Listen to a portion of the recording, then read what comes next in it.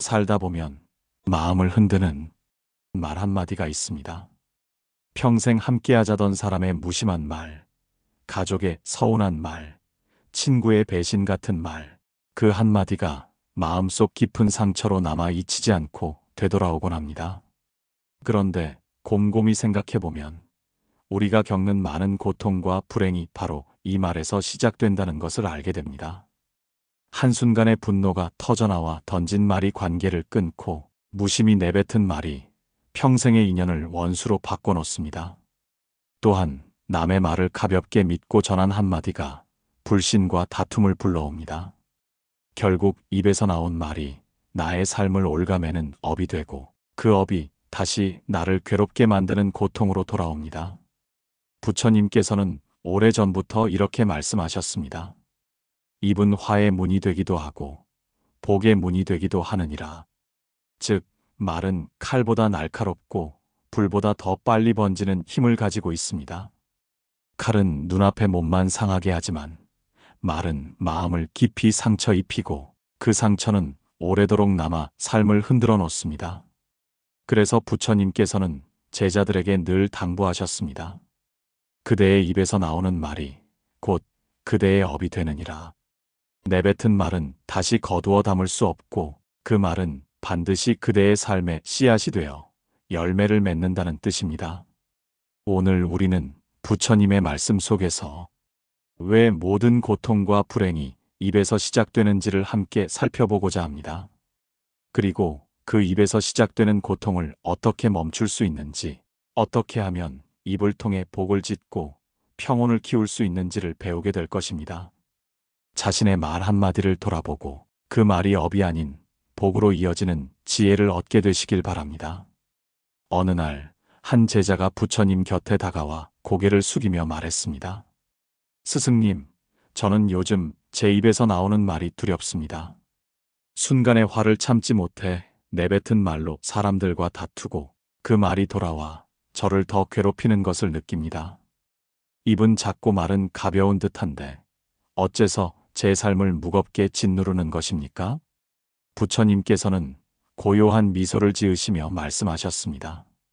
제자야, 말은 눈에 보이지 않으나 업의 씨앗을 심는 것이니라. 씨앗은 작아도 반드시 자라 열매를 맺듯 그대의 말도 언젠가 결과가 되어 돌아온다. 기쁜 말은 기쁨을 낳고 거친 말은 괴로움을 낳는다. 그러므로 모든 고통과 불행은 입에서 시작된다 하느니라. 제자는 잠시 생각하다가 다시 물었습니다. 스승님, 칼로 찌르거나 돌을 던지면 상처가 나는 것은 알겠습니다. 하지만 말은 손에 잡히지 않고 눈에 보이지도 않습니다. 어찌하여 보이지 않는 말이 이렇게 큰 고통을 만드는 것입니까? 부처님께서는 조용히 연못가를 바라보시다가 작은 돌을 들어 물 위에 던지셨습니다. 순간 맑은 수면 위에 파문이 퍼져나가더니 멀리까지 흔들림이 이어졌습니다. 제자야, 보아라. 작은 돌멩이 하나가 던져졌을 뿐인데 연못 전체가 흔들리는구나. 말도 이와 같으니라. 작은 말 한마디가 사람의 마음에 파문을 일으켜 그 마음을 오랫동안 흔들어 놓는 것이니라. 돌멩이는 언젠가 가라앉지만 상처 준 말은 오랫동안 가슴에 남아 업이 되어 돌아오느니라. 제자의 눈이 동그랗게 커졌습니다. 스승님, 그렇다면 저의 무심한 말조차도 모두 업이 되는 것입니까? 부처님께서는 고개를 끄덕이며 말씀하셨습니다. 무심히 던진 말은 무심히 흩어지는 듯 보이나 듣는 이의 가슴에는 깊이 새겨지느니라. 불씨 하나가 바람을 만나면 큰 불이 되듯 무심한 말 한마디가 인연을 태워버리기도 한다. 그러니 그대는 입을 잘 지켜야 하느니라. 잠시 침묵이 흐르자 부처님께서는 옛 이야기를 하나 들려주셨습니다. 옛날 한 마을에 두 사람이 있었느니라. 한 사람은 늘 거친 말을 내뱉어 이웃과 다투었고 다른 한 사람은 늘 부드럽고 따뜻한 말을 하여 사람들의 사랑을 받았다. 세월이 흘러 첫 번째 사람은 친구도 가족도 곁을 떠나 외롭게 살았고 두 번째 사람은 어디를 가든 따뜻한 인연이 그를 감싸주었다. 말은 그 사람의 삶을 짓고 삶은 다시 그 말에 의해 지켜지는 것이다. 그대는 어느 길을 택하겠느냐? 제자는 눈을 감고 깊이 고개를 숙였습니다. 스승님, 저는 이제 알겠습니다. 입에서 시작된 고통이 제 삶을 무너뜨렸음을 깨달았습니다. 앞으로는 제 입을 지키고 말하기 전에 제 마음을 먼저 살피겠습니다. 부처님께서는 빙그레 웃으시며 말씀하셨습니다. 그렇다 제자야. 입은 작지만 업을 짓는 가장 큰 문이니라. 입을 잘 지키는 이는 이미 복을 짓고 있는 자이다.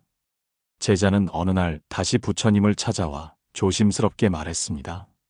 스승님, 저는 여전히 분노가 치밀어 오를 때 말을 삼키기가 너무 어렵습니다. 그 순간에는 제 마음을 다스릴 겨를도 없이 말이 터져나오곤 합니다. 그러고 나서야 후회가 밀려와 저를 괴롭힙니다. 왜 분노의 말은 이렇게 빨리 터져나오는 것입니까? 부처님께서는 잠시 하늘을 바라보시며 차분히 말씀하셨습니다. 제자야, 분노는 불길과 같으니라. 불길이 붙으면 삽시간에 온 집을 태우듯 분노의 말은 한순간의 관계를 태워버린다. 그래서 모든 이에게 가장 큰 화는 칼이 아니라 말에서 비롯되는 것이니라. 제자는 그 말씀을 듣고 더욱 간절히 물었습니다. 스승님, 저는 작은 일에도 화가 나면 그 자리에서 말을 쏟아내고 맙니다. 차라리 침묵했으면 좋았을 텐데 왜 이렇게 화난 말은 쉽게 나오고 좋은 말은 어렵게 나오는 것입니까? 부처님께서는 나뭇가지를 주어 작은 불을 지피며 말씀하셨습니다. 보아라, 마른 나뭇가지에 불이 붙으면 활활 타오르지만 젖은 나무는 불이 쉽게 붙지 않느니라. 그대 마음이 건조하면 작은 불씨에도 금세 타올라 말로써 남을 태우게 된다. 그러나 마음에 자비의 물을 채워두면 아무리 불씨가 튀어도 쉽게 번지지 않는 것이니라. 그러므로 분노의 말이 빨리 나오는 것은 그대 마음 속에 자비의 물이 부족하기 때문이니라. 그때 제자는 지난날의 일을 떠올렸습니다. 스승님, 제가 마을 사람과 다툰 적이 있습니다. 그가 저를 험담했을 때 저는 참지 못하고 그 자리에서 거친 말을 내뱉었습니다. 결국 싸움은 커지고 서로 등을 돌리게 되었습니다. 만약 그때 제가 침묵했더라면 결과가 달라졌을까요? 부처님께서는 조용히 미소를 지으며 답하셨습니다. 그렇다 제자야. 불길이 번질 때 물 한 바가지를 끼얹으면 꺼지듯 분노가 일어날 때 침묵하면 불은 더 번지지 않는다. 그러나 불길에 기름을 부으면 온 집이 사라지듯 분노의 말에 분노로 대답하면 모든 인연이 무너지느니라. 그러니 침묵은 약하고 두려워서가 아니라 관계를 지키고 업을 막는 가장 큰 힘이 되는 것이다. 제자는 눈시울이 붉어지며 고개를 숙였습니다. 스승님, 저는 이제 알겠습니다. 제가 화를 다스리지 못해 불길을 키운 것이었습니다. 앞으로는 분노가 치밀어 오를 때 먼저 제 마음을 살피고 침묵하겠습니다. 부처님께서는 부드럽게 제자의 어깨에 손을 얹으며 말씀하셨습니다. 잘 깨달았구나. 그대의 입에서 나오는 한마디가 불이 될 수도 있고 자비로운 바람이 될 수도 있다. 분노의 말은 불을 키우지만 침묵은 불을 끄는 물이 되느니라. 그대가 침묵을 선택할 때 이미 복을 짓고 있는 것이다. 분노의 말이 불처럼 모든 것을 태워버린다는 가르침을 들은 제자는 한동안 깊이 생각에 잠겼습니다. 그러다 문득 또 다른 의문이 생겨 조심스럽게 여쭈었습니다. 스승님, 분노의 말이 불길 같다는 것은 이제 알겠습니다. 그러나 제가 마을에서 보면 직접 화를 내는 것이 아니라 남의 흉을 보고 험담을 나누는 이들이 많습니다. 그런 말은 직접적인 싸움은 아니니 괜찮은 것입니까? 부처님께서는 제자의 질문을 들으시고 잠시 눈을 감으셨다가 조용히 말씀하셨습니다. 제자야, 불은 바람을 만나면 더 멀리 퍼지느니라. 분노의 말이 즉각적인 불길이라면 험담은 바람을 타고 은밀하게 번지는 불씨와 같으니라. 눈에 잘 띄지 않지만 결국 온 산을 태우고 많은 불이 되는 것이다. 제자는 깜짝 놀라며 말했습니다. 스승님, 그렇다면 제가 무심코 던진 험담도 결국은 저에게 돌아오는 업이 되는 것입니까? 부처님께서는 고개를 끄덕이며 말씀하셨습니다. 그렇다. 험담은 한순간 입술을 적실 뿐이지만 그 말은 전해지고 전해져 수많은 마음을 상하게 만든다. 그대가 심지하는 씨앗에서 열매가 날 수 없듯 그대가 내뱉은 말이 아니면 그런 불행도 일어나지 않는다. 그러니 험담의 업은 결국 그대 자신에게 돌아오느니라. 부처님께서는 이어서 작은 비유를 들려주셨습니다. 옛날 어떤 마을에 한 여인이 있었는데 그 여인은 늘 남의 말을 옮기고 험담하기를 즐겼다. 그녀의 말은 처음엔 장난처럼 가볍게 시작되었으나 곧 마을 전체를 갈라놓았다. 서로 의심이 자라고 불신이 번져 결국 가까웠던 이웃이 원수가 되었다. 마을 사람들은 모두 괴로워했고 마침내 그 여인 자신도 그 험담의 불길 속에 고립되었느니라. 입은 작으나 온 마을을 무너뜨릴 힘을 가지고 있는 것이다. 제자의 표정이 어두워졌습니다. 스승님, 저는 가끔 농담처럼 남의 이야기를 한 적이 있습니다. 그것도 모두 업이 된다는 생각을 하니 두렵습니다. 그렇다면 저는 어떻게 해야 험담의 업에서 벗어날 수 있겠습니까? 부처님께서는 자비로운 눈빛으로 말씀하셨습니다. 제자야, 험담은 입에서 나가지만 침묵은 마음을 지키느니라. 남의 허물을 말하기보다 침묵하라. 그 침묵이 그대를 지켜주고 업이 되지 않게 막아주느니라. 또한 남의 허물을 보기보다 자신의 허물을 먼저 돌아보는 것이 참된 수행이니라. 그대가 험담을 멈추고 자비로운 말을 심는다면 그 말은 복의 씨앗이 되어 반드시 평안의 열매를 맺을 것이다. 제자는 고개를 깊이 숙이며 대답했습니다. 스승님, 이제 알겠습니다. 앞으로는 남의 이야기를 입에 올리지 않고 제 마음을 돌아보며 침묵을 지키겠습니다. 부처님께서는 고요히 미소 지으시며 말씀하셨습니다. 잘 깨달았구나. 그대가 침묵을 선택하는 순간 이미 업을 막고 복을 짓는 길 위에 서 있는 것이다. 제자는 며칠 동안 부처님의 가르침을 곱씹으며 살았습니다. 그러나 마음속에는 여전히 풀리지 않는 의문이 있었습니다. 그래서 다시 부처님 앞에 무릎을 꿇고 여쭈었습니다. 스승님, 저는 칼이나 창 같은 무기를 보면 두렵습니다. 사람을 다치게 하고 목숨까지도 빼앗을 수 있기 때문입니다. 하지만 말은 눈에 보이지 않고 잡히지도 않으니 그저 스쳐 지나가는 바람 같다고 생각했습니다. 그런데 스승님께서는 말이 업이 되고 불행의 씨앗이 된다고 하셨습니다. 어째서 말이 무기보다도 더 무섭다는 말씀을 하시는 것입니까? 부처님께서는 잠시 제자를 바라보다가 손에 작은 풀잎을 들어 보이며 말씀하셨습니다. 제자야, 이 풀잎은 연약하여 칼로 벨 수도 창으로 찌를 수도 없다.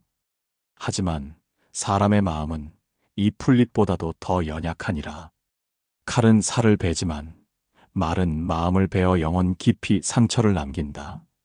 살의 상처는 시간이 지나면 아물지만 말의 상처는 세월이 흘러도 아물지 않고 남아 사람을 괴롭히느니라. 제자는 그 말씀을 듣고 문득 어린 시절을 떠올렸습니다.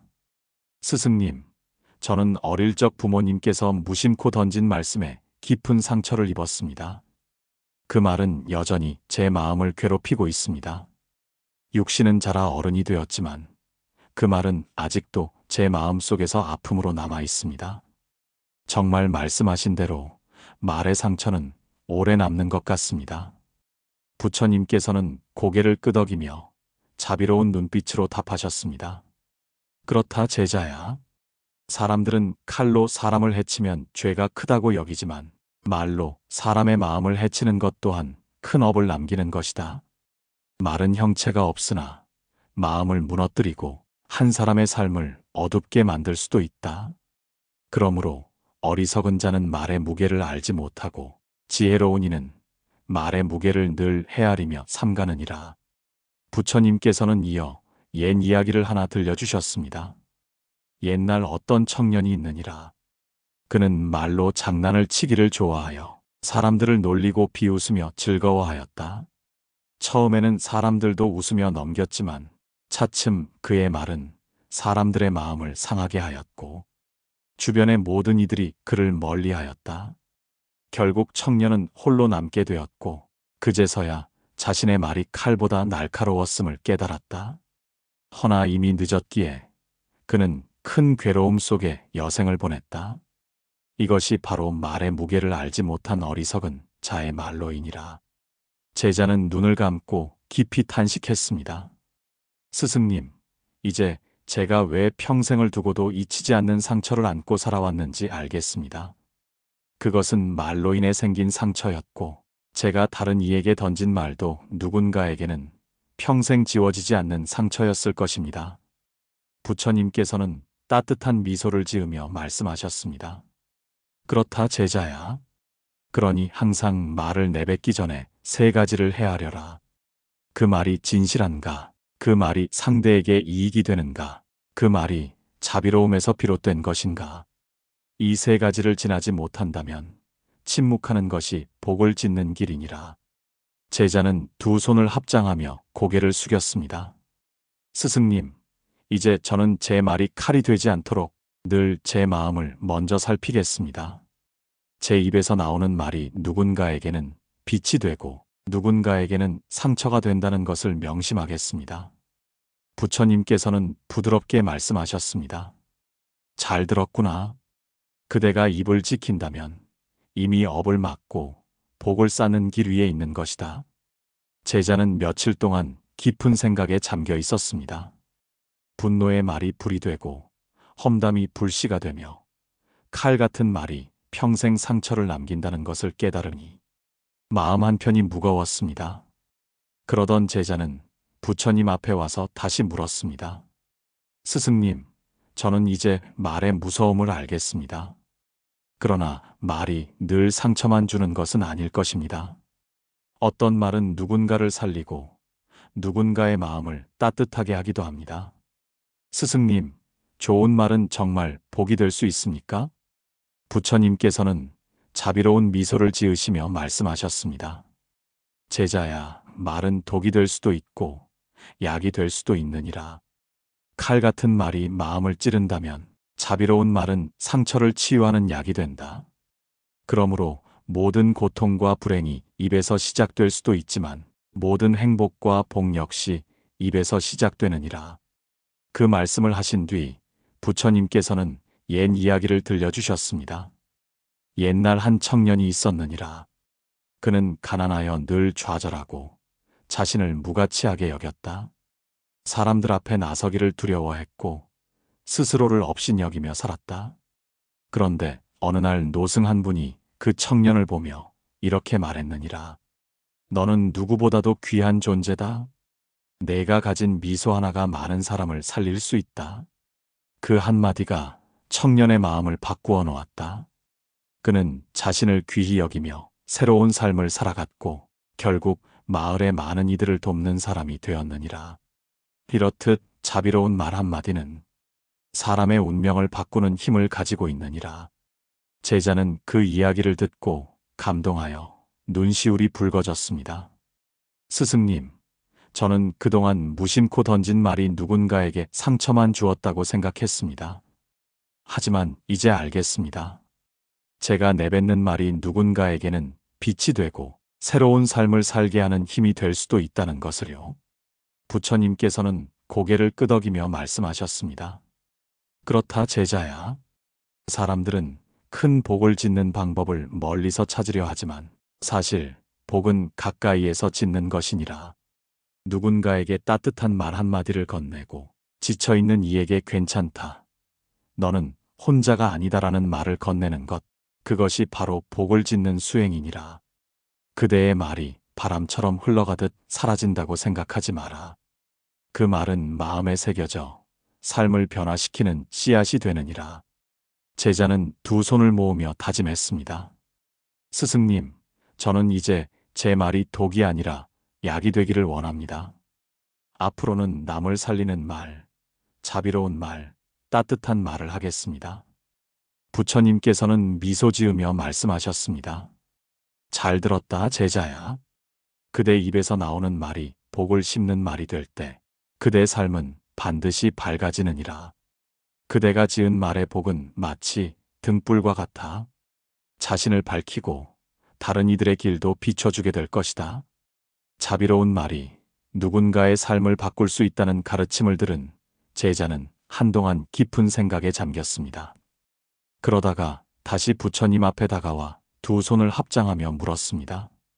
스승님, 저는 이제 말이 얼마나 큰 힘을 가지는지 알겠습니다. 하지만 여전히 혼란스럽습니다. 어떤 말은 상대를 살리는 듯하고 어떤 말은 상처가 되기도 합니다. 제가 입을 열 때마다 그 말이 복이 되는지 업이 되는지 어떻게 알 수 있겠습니까? 부처님께서는 고요한 미소를 지으시며 말씀하셨습니다. 제자야, 말은 함부로 흘려보내는 바람이 아니니라. 모든 말은 업이 되고 그 업은 반드시 결과를 맺는다. 그러므로 그대가 입을 열기 전 반드시 세 가지 문을 지나야 하느니라. 제자는 고개를 들어 간절히 물었습니다. 스승님, 그 세 가지 문이 무엇입니까? 부처님께서는 천천히 손가락을 들어 하나씩 말씀하셨습니다. 첫째, 그 말이 진실한가 살펴야 한다. 거짓은 설령 달콤하게 들려도 결국 독이 되고 진실은 순간 쓰더라도 결국 약이 되어 치유한다. 둘째, 그 말이 상대에게 이익이 되는가 살펴야 한다. 말이 사실일지라도 상대에게 해만 끼친다면 그것은 무익한 말이니라. 이익을 주는 말이 아니라면 침묵하는 편이 낫다. 셋째, 그 말이 자비로움에서 비롯되었는가 살펴야 한다.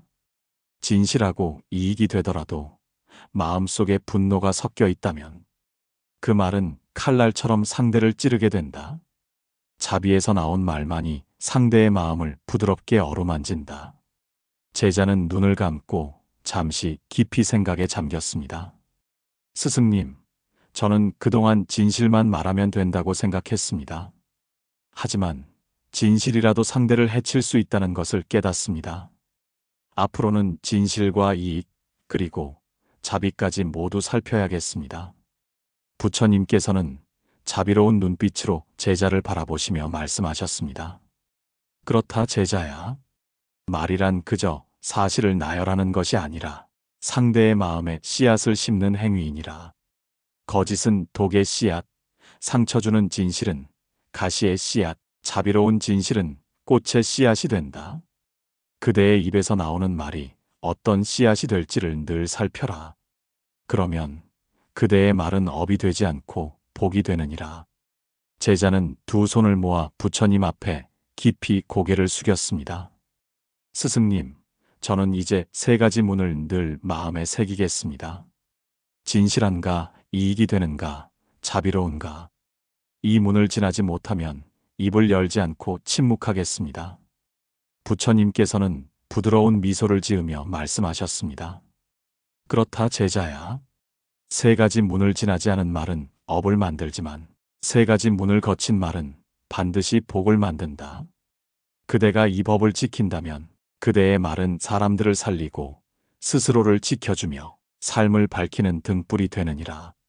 세 가지 문에 대한 가르침을 들은 제자는 한동안 그 말씀을 실천하려 애썼습니다. 하지만 여전히 마음속에 의문이 남아 있었습니다. 그는 다시 부처님 곁에 다가와 두 손을 합장하고 여쭈었습니다. 스승님, 저는 이제 말하기 전에 진실하고 이익이 되고 자비로운지를 살피고자 합니다.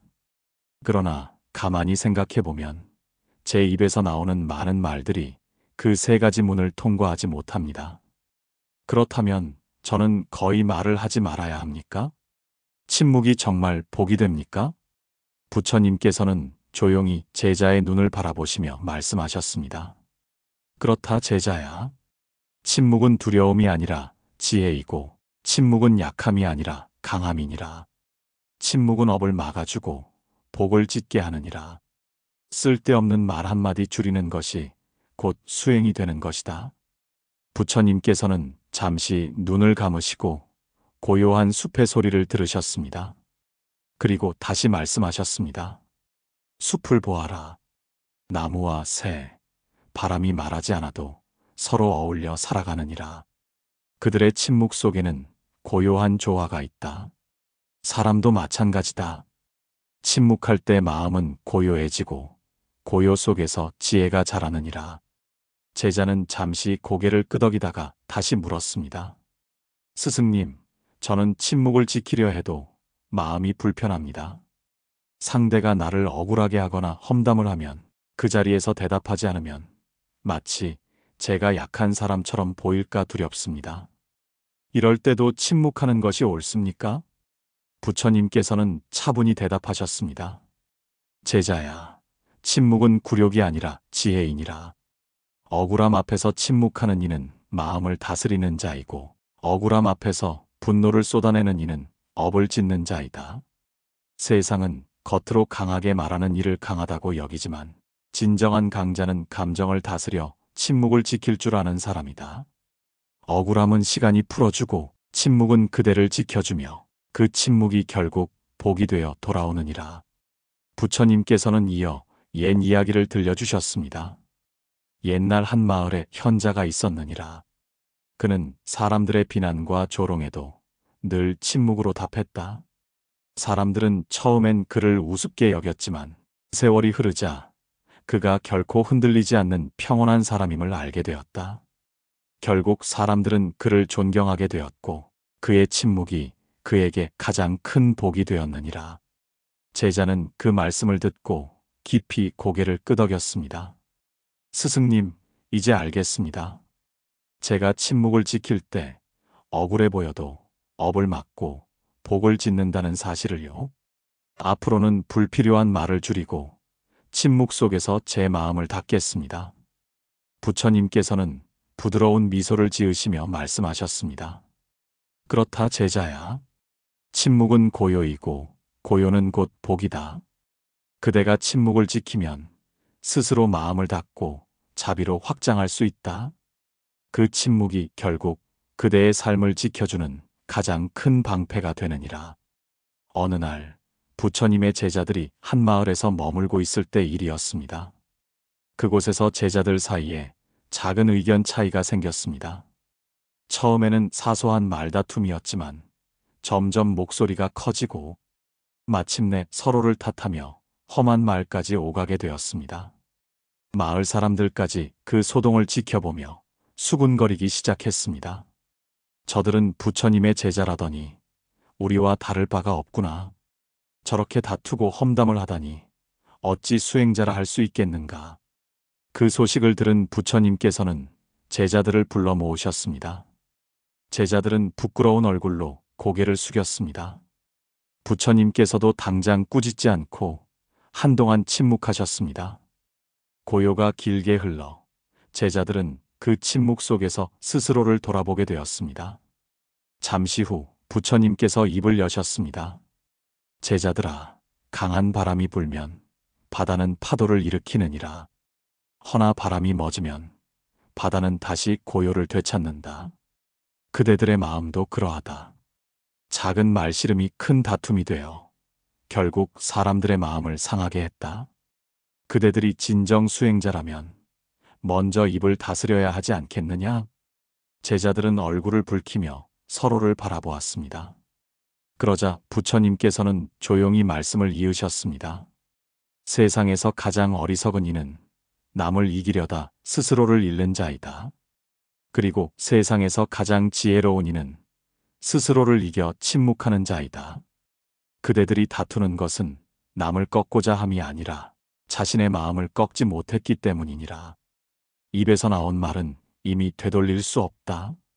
그러나 침묵은 아직 업을 만들지 않는다.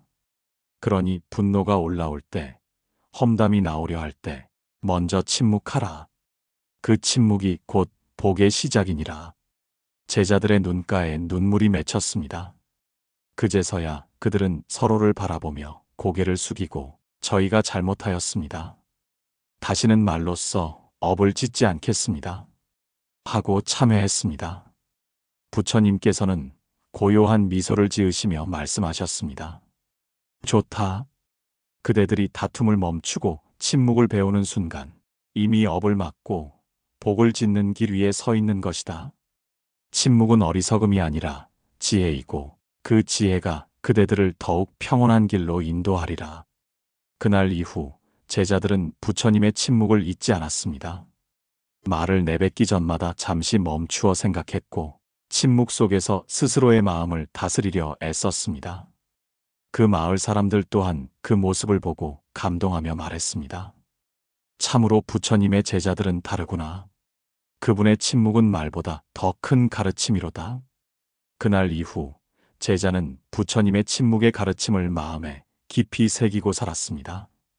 그러나 일상 속에서는 여전히 마음을 다스리기 어려운 순간들이 찾아왔습니다. 억울한 말을 들었을 때, 무시당하는 듯한 느낌을 받았을 때, 입술 끝까지 올라오는 말을 삼키는 것이 얼마나 힘든지 그는 매번 실감했습니다. 어느 날 그는 다시 부처님을 찾아와 고개를 숙이며 말했습니다. 스승님, 저는 이제 침묵이 복이라는 것을 압니다.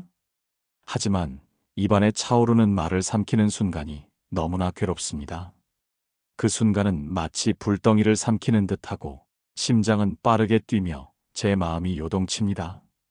정말 이 고통을 견디는 것이 옳은 수행입니까? 부처님께서는 고요한 미소를 지으시며 말씀하셨습니다. 제자야, 불덩이를 토하면 남을 태우고 불덩이를 삼키면 스스로를 태워 다스리게 되느니라. 말을 삼키는 순간 괴로움이 일지만 그 괴로움은 곧 복이 되고 말을 쏟아내는 순간의 달콤함은 곧 업이 되어 돌아온다. 그대가 지금 견디는 침묵의 고통이 바로 수행이니라. 제자는 눈을 감고 깊이 호흡하며 그 말씀을 새겼습니다. 스승님, 그렇다면 저는 말 한마디 삼키는 순간 제가 복을 짓고 있다는 뜻이겠지요? 부처님께서는 고개를 끄덕이며 자비롭게 대답하셨습니다. 그렇다 제자야. 화를 삼키는 이는 불을 끄는 자이고 험담을 삼키는 이는 업을 막는 자이며 불필요한 말을 삼키는 이는 수행을 하는 자다. 그대가 삼킨 한마디가 그대 삶을 지켜주고 그대의 침묵이 그대 마음을 단단히 세우느니라. 잠시 침묵이 흘렀습니다. 제자는 그 침묵 속에서 스스로를 바라보았습니다. 마치 입술 끝에 맺힌 말이 무겁게 눌러오던 순간마다 그 무게가 사실은 복의 무게였음을 깨닫는 듯 했습니다. 그는 눈시울이 붉어진 채로 말했습니다. 스승님, 이제 저는 알겠습니다. 말을 쏟아내는 순간은 달콤하나 그 뒤에 남는 것은 후회와 업이었습니다. 하지만 말을 삼키는 순간은 괴롭지만 그 뒤에 남는 것은 평온과 복이었습니다. 앞으로는 그 괴로움을 기꺼이 견디겠습니다. 부처님께서는 부드럽게 웃으시며 말씀하셨습니다. 잘 들었구나. 그대가 말을 삼키며 침묵을 선택할 때 이미 복은 그대 곁에 쌓이고 있는 것이다. 그대의 입은 이제 더 이상 업의 문이 아니라 복의 문이 될 것이니라. 제자는 오랜 시간 동안 부처님의 곁에서 가르침을 배우며 말이 업이 되고 침묵이 복이 되며 자비로운 말이 인연을 꽃 피운다는 것을 깊이 깨달았습니다. 그는 어느 날 부처님 앞에 두 손을 모아 이렇게 고백했습니다. 스승님, 저는 이제 알겠습니다.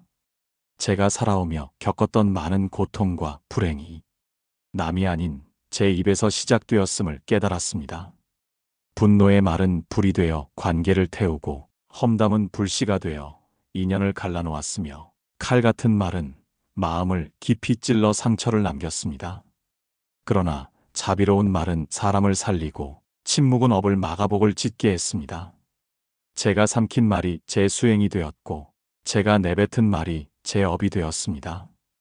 이제 저는 입을 지키는 것이 곧 제 삶을 지키는 것임을 알았습니다. 부처님께서는 흐뭇하게 제자를 바라보시며 말씀하셨습니다. 잘 깨달았구나, 제자야. 모든 고통과 불행은 입에서 시작되느니라. 그러나 모든 복과 평온 또한 입에서 시작된다. 입은 작지만 업의 문이 되고 또한 복의 문이 된다. 그러니 항상 삼가고 살펴라. 입을 열어 말할 때는 진실하고 유익하며 자비로운가를 먼저 헤아려라. 그리고 그 문을 통과하지 못한다면 침묵하라. 그 침묵이 곧 복이 되고 그 침묵이 곧 지혜가 되느니라. 제자는 눈물을 글썽이며 깊이 절했습니다. 스승님, 이제 저는 말하기 전마다 제 마음을 살피고 불필요한 말은 침묵으로 지키겠습니다. 그리고 내뱉는 말은 모두 복이 되도록 노력하겠습니다. 부처님께서는 고요한 미소를 지으시며 마지막 말씀을 건네셨습니다. 그렇다 제자야.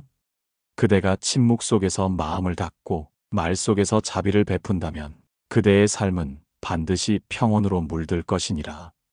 그대의 말이 곧 그대의 업을 바꾸고 그대의 침묵이 곧 그대의 복을 짓게 될 것이다. 이렇게 부처님의 가르침은 오늘을 사는 우리에게도 큰 울림을 줍니다. 무심코 내뱉는 말이 상처가 되고 업이 되어 돌아오는 사항. 그러나 침묵과 자비로운 말이 복을 짓고 평온을 부르는 삶. 선택은 늘 우리의 입과 마음에 달려 있습니다. 나무아미타불, 관세음보살.